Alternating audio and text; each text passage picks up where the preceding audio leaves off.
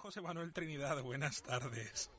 Buenas tardes, Jaime. ¿A usted le da miedo el dolor o le gusta? Intentamos evitarlo. No nos gusta a nadie. Bueno, tenemos hoy Rebélate contra el dolor con el Instituto contra el Dolor, doctor Trinidad. Hoy hablamos de la estenosis de canal y lo que todo el mundo se tiene que estar preguntando a esta hora del mediodía. ¿Y eso qué es, doctor? Hay que ver lo que aprendemos en esta sección. La verdad que sí.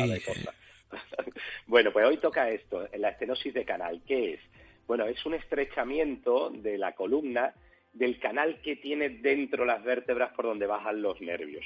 O sea, este canal sabemos que podemos tener una hernia y que nos comprime una raíz y entonces me da una ciática, pero la estenosis de canal va más allá. O sea, son muchos factores, un poquito de cada cosa. Un poquito de artrosis de las articulaciones de detrás, unos ligamentos que tenemos dentro del canal que se van engrosando con la edad, un poquito de hernia discal, pero tampoco muy grande, sino un desplazamiento de la vértebra. Es decir, muchos factores que condicionan que se estreche el conducto y, por tanto, se compriman los nervios que bajan a la pierna cuando es el canal lumbar, pero esto también puede ocurrir a nivel cervical, de modo que entonces darías problemas en los brazos y también en las piernas. Date cuenta que estamos hablando de una patología que va a alcanzar entre un 2 y un 8% de la población, de modo que no es ninguna tontería y es complejo de tratar porque son, como digo, muchas cosillas que terminan pinzando los nervios. Bueno, doctor, ¿esto se parece algo a la hernia? ¿Cuáles son los síntomas? ¿Esto cómo se pilla? ¿Esto cómo se hace? Por favor.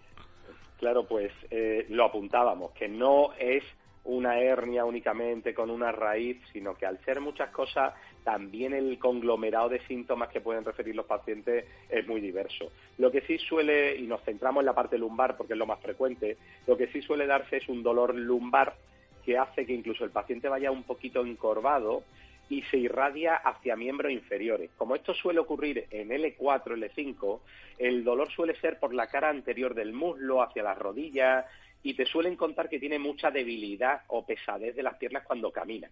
Por eso lo más característico es la claudicación, es decir, lo que llamamos a esta enfermedad del escaparate, que voy caminando y me tengo que parar porque con el reposo cuando me paro me desaparece el dolor, pero cuando vuelvo a caminar viene de nuevo esa molestia. De modo que es este conglomerado de síntomas que ¿cómo vamos a saber si estamos ante una estenosis? Pues haciendo una resonancia, en este caso es muy importante porque es la que nos va a definir si realmente hay esta estrechez. Pero ojo, como decimos siempre, la resonancia, la misma imagen en un paciente puede tener dolor y en otro ser completamente asintomático, con lo cual es combinar lo que nos cuenta el paciente con lo que vemos en la resonancia. ¿Esto se puede confundir con otro tipo de enfermedades?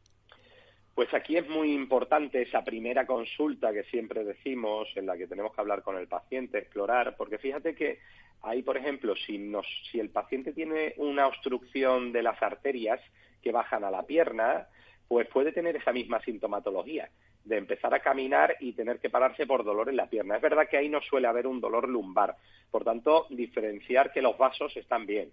Otra cosa que se suele confundir es la artrosis de cadera. La artrosis de cadera, en contra de lo que piensa la mayoría de la gente, da un dolor muy característico en la ingle, a la hora de caminar, de subir escaleras, y se irradia un poquito por la cara anterior del muslo. Así que es una cuestión que tenemos que diferenciar en la exploración, en la consulta. Y luego la diabetes produce una neuropatía, unas molestias en los pies, en la pantorrilla y en los pies y en los dedos. Se llama una neuropatía en calcetín. Entonces, a veces también pues confundimos este síntoma de la diabetes ya muy evolucionada con la propia estenosis de canal. Así que reincidimos, muy importante, escuchar al paciente, que nos cuente sus síntomas, la exploración y ver la imagen de la resonancia. Doctor, ¿esto se puede confundir con otras enfermedades? Ya hemos dejado claro lo que puede pasar, pero lo que no parece que se pueda confundir es que esta enfermedad es propia de personas de edad avanzada, de esta patología, no enfermedad, patología. Sí, bueno, hay unos casos de estenosis congénita que se produce por el desarrollo fetal, que el canal de por sí es más estrechito, pero eso suele ser muy poco frecuente. Lo más frecuente es la estenosis de canal adquirida con la edad.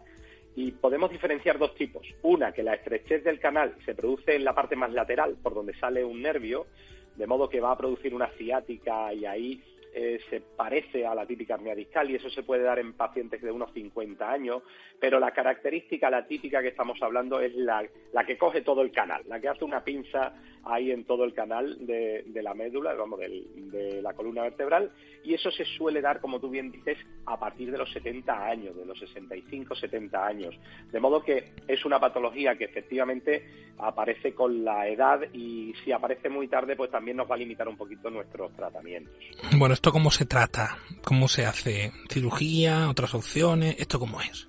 Pues mira, al ser una compresión, pues deberíamos de pensar que realmente el tratamiento ideal aquí es la cirugía. Y es verdad que cuando estamos ante una estenosis de canal con una sintomatología muy franca y al paciente lo va invalidando, necesita andador, cada vez puede salir menos de casa, la cirugía es una opción que deben valorar nuestros cirujanos, nuestros compañeros de unidad de columna o de neurocirugía, porque es la solución. Pero como estamos hablando que ocurre en personas de edad avanzada, muchas veces la propia patología que tiene, patología vascular, cardíaca, respiratoria, el propio cirujano dice que hay mucho riesgo para la intervención y, por tanto, entramos nosotros a pelear contra esto haciendo técnicas intervencionistas. Aquí vamos a hacer infiltraciones guiadas con imagen, vamos a hacer radiofrecuencia y siempre el efecto que buscamos es a corto-medio plazo. Es decir, en estos pacientes los procedimientos sí habrá que repetirlos cuando pase un plazo de un añito o un par de años, habrá que repetirlo. Pero date cuenta que la opción, si no, es tirar de mucha dosis de opiáceos, de modo que estas técnicas desde Unidad del Dolor pueden ayudar mucho al paciente a disminuir el consumo de opiáceos, de fármacos, a poder hacer más ejercicio, poder evitar ese sedentarismo, salir a deambular, porque ya hemos dicho que este dolor aparece cuando caminamos, cuando hacemos ejercicio. Entonces, si lo manejamos con una infiltración, una radiofrecuencia cada año y medio, 2 años, sería un manejo óptimo y daríamos calidad de vida al paciente y evitaríamos la cirugía. Pero pensar que la cirugía es una opción de la que tenemos que echar mano en ocasiones para descomprimir ese canal. Bueno, usted sabe que ahora llega el turno de las preguntas y que siempre intento innovar un poco en la forma de contarla. Y hoy hemos elegido una banda sonora maravillosa que a usted le sonará, que es el Cacao Maravillado. Se va superando cada día. Esto es estreno, esto es canción nueva, para que vea usted lo que hacemos. Bueno, Kiko nos escucha desde Cádiz, nos dice que su padre tiene 80 años y presenta un dolor en la parte baja de la columna que le hace ir un poquito encorvado y cuando camina unos pasos se tiene que detener por el dolor que le va a los muslos. Dicen que le ha diagnosticado esto que estamos hablando hoy, pero que la operación tiene riesgo por la edad, imagino, no sé qué podemos hacer. Es lo que estábamos hablando, pese a que hay una compresión y que lo lógico es pensar que la cirugía es la mejor opción, por lo que nos cuenta aquí con 80 años y con otras patologías, con buen criterio nuestros compañeros cirujanos pues lo mandarán a la unidad del dolor y allí el manejo será, pues como hemos comentado, haciendo infiltración o radiofrecuencia para intentar dar unos periodos de un añito más o menos de beneficio. Si las técnicas finalmente no fueran, los tratamientos que hacemos en el dolor no fueran útiles, pues ya sí habría que pensar en manejar con opiáceos y bueno, y ir jugando con fisioterapia, con ejercicio, que eso siempre tenemos que añadirlo, pero como digo, primera opción ahora mismo si se ha descartado la cirugía, técnicas intervencionistas y si no, optimizaremos los fármacos. Bueno, y Claudia desde Puerto Real nos habla, oh sorpresa, de las células madre, que habla de su madre que tiene una estenosis de canal y escucha hablar de las células madre, dice que sí le vale a ella.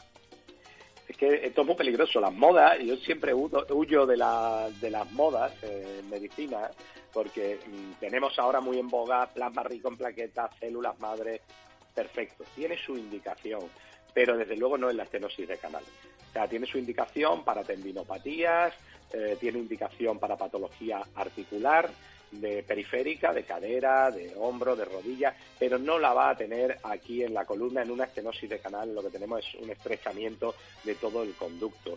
De modo que huir de este tipo de terapias novedosas que son muy útiles, pero siempre, como digo, lo que hay que cuidar es la indicación. Si el paciente se va a beneficiar o no de este procedimiento y desde luego la estenosis de canal no es un procedimiento que requiera tratamiento con células madres o plasma rico en plaquetas. Hay que tenerlo muy, muy claro.